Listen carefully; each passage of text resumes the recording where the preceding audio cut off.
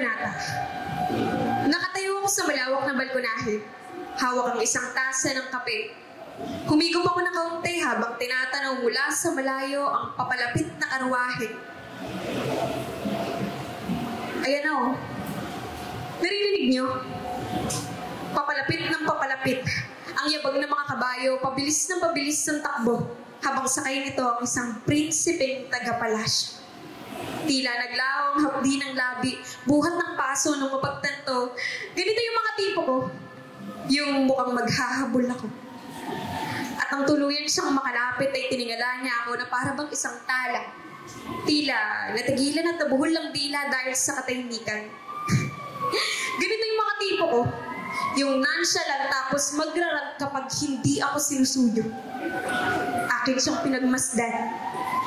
Tinignan ko. Nilapitan ko. Moreno.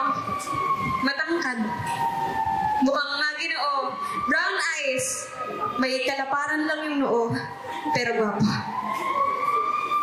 Nakita mo? Nakita mo? Ang ganda ng tindig niya, no? Ganito yung mga tipo ko, yung mukhang hindi ako yung tipo. Ngunit, dahil nga nasa itaas ako ng balkonahe, medyo malayo, pasigaw niyang itinanong, narinig mo? Sabi niya, pwede daw ba ako ligawan? Narinig niya yan? Ganito yung mga tipo ko, yung mukhang sa umpisa lang sigurado. Hindi ako sumagot dahil bilang prinsesa ay karapat-dapat nga namang hingin muna ang mga kamay ko sa aking mga magulang. Kaya sabi ko, tayo na. Ganito kasi yung mga tipo ko, yung pagmamahal na apurado. Kaya ito, kami na. Ngunit hindi ako nakontento. Tumalon ako mula sa balkonahe. So pag nanais makita ang mga mata ng iniibig, hindi ako nakontento. Tumalon ako mula sa balkonahe. Sa kagustuhang maamoy ang simoy ng unang pag-ibig, hindi ako nakontento. Tumalon ako mula sa balkonahe. Sa pananabik na matikman ng halik ng kusang umiibig, hindi ako nakontento. Tumalon ako mula sa balkonahe at sa pag-aakala kong may sasalo, doon ako nagkamali. Dahil sa pagmulat ko, doon ko napagtantong walang balkonahe. Walang isang tasa ng kape. Walang karwahe.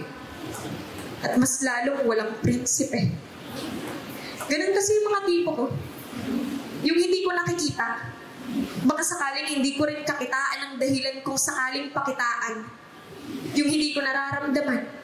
Baka sakaling kamanhidan ng kasagutan upang hindi na masaktan yung hindi nahahawakan. Baka sakaling walang bitawan kung hindi ako panghawakan.